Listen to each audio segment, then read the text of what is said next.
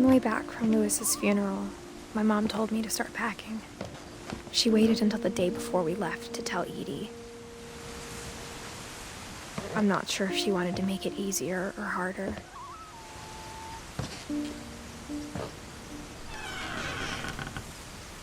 I wish we'd stayed. But I understand why we left.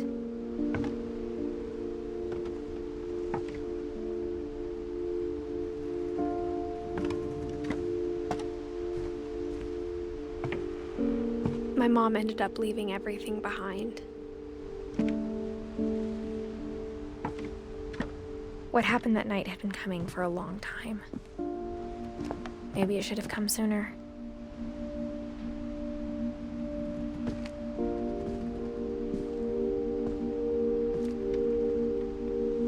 But it had to end one way or another.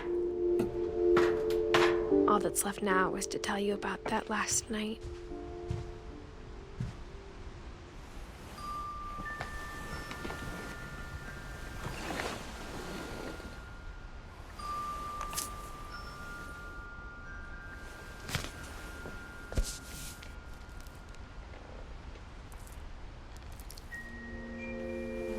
That whole last day, Edie just watched us pack and didn't say a word. Until supper, when she raised her glass and said, "To our final night together, and all our final nights apart." Grandma, you know what I said about alcohol. Some of your medications are very Edith, specific. I left a present for you in the hallway. Why don't you go open it? The grown-ups have to argue now. I'm sorry, you're right. We're all leaving tomorrow. Let's just enjoy our last... I'm not leaving. Edith, you're excused.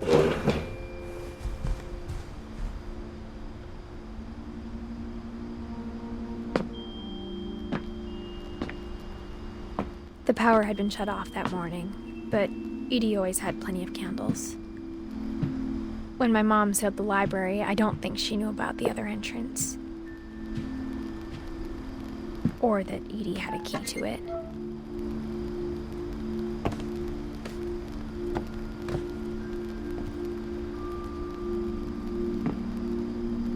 That thing you're afraid of isn't going to end when you leave the house. Edith has a right to know these stories. My children are dead because of your stories. I think it's best if Edith and I leave tonight. We'll have the nursing home send a van for you in the morning, okay?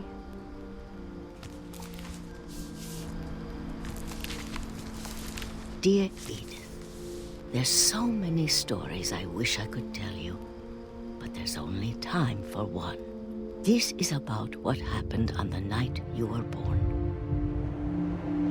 That night, the tide went way, way out. It was the first and last time I ever saw the old house aground. There'd been an earthquake out in the middle of the ocean. They called it the lowest tide in 1,000 years. God, it smelled awful. You know, I've seen that house every day of my life.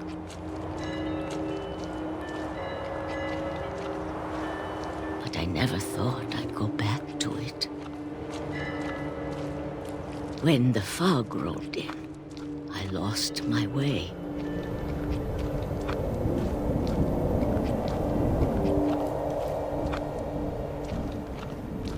I got turned around.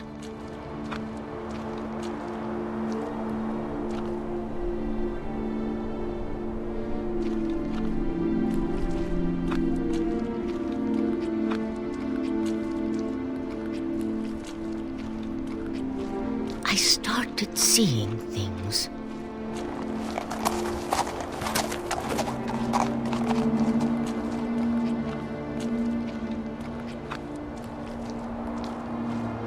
Things I'd forgotten had ever existed.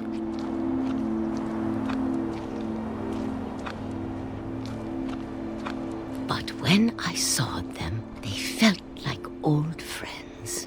That night, a lot of things came back to me. Or maybe I came back to them.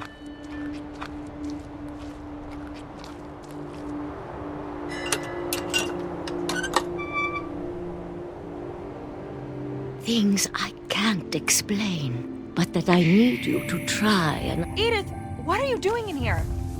It's mine. Edith! Mom, you're gonna rip it! Let go! I kicked and screamed, but Mom dragged me to the car. I never saw Great-Grandma Edie again. The next morning, the van came to pick her up, but she was already gone. After that, we moved around a lot.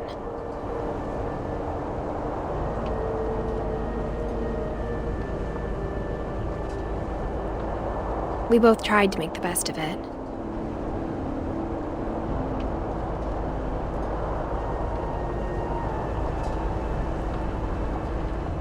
A few years went by.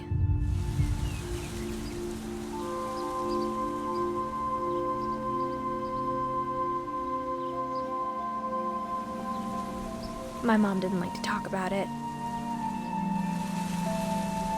but she started getting sick a lot. The rest happened pretty quickly.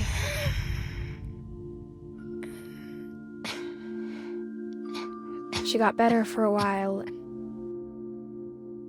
and then she didn't.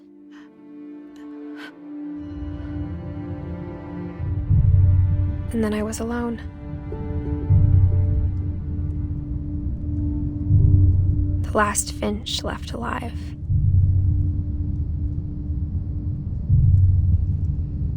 Until I found out about you. I'm still not sure what to tell you about all this. If we lived forever, maybe we'd have time to understand things. But as it is, I think the best we can do is try to open our eyes. And appreciate how strange and brief all of this is. This journal was supposed to be for you. But now I hope you'll never see it. I just want to meet you and tell you all these stories myself. But I guess if you're reading this now, things didn't work out that way.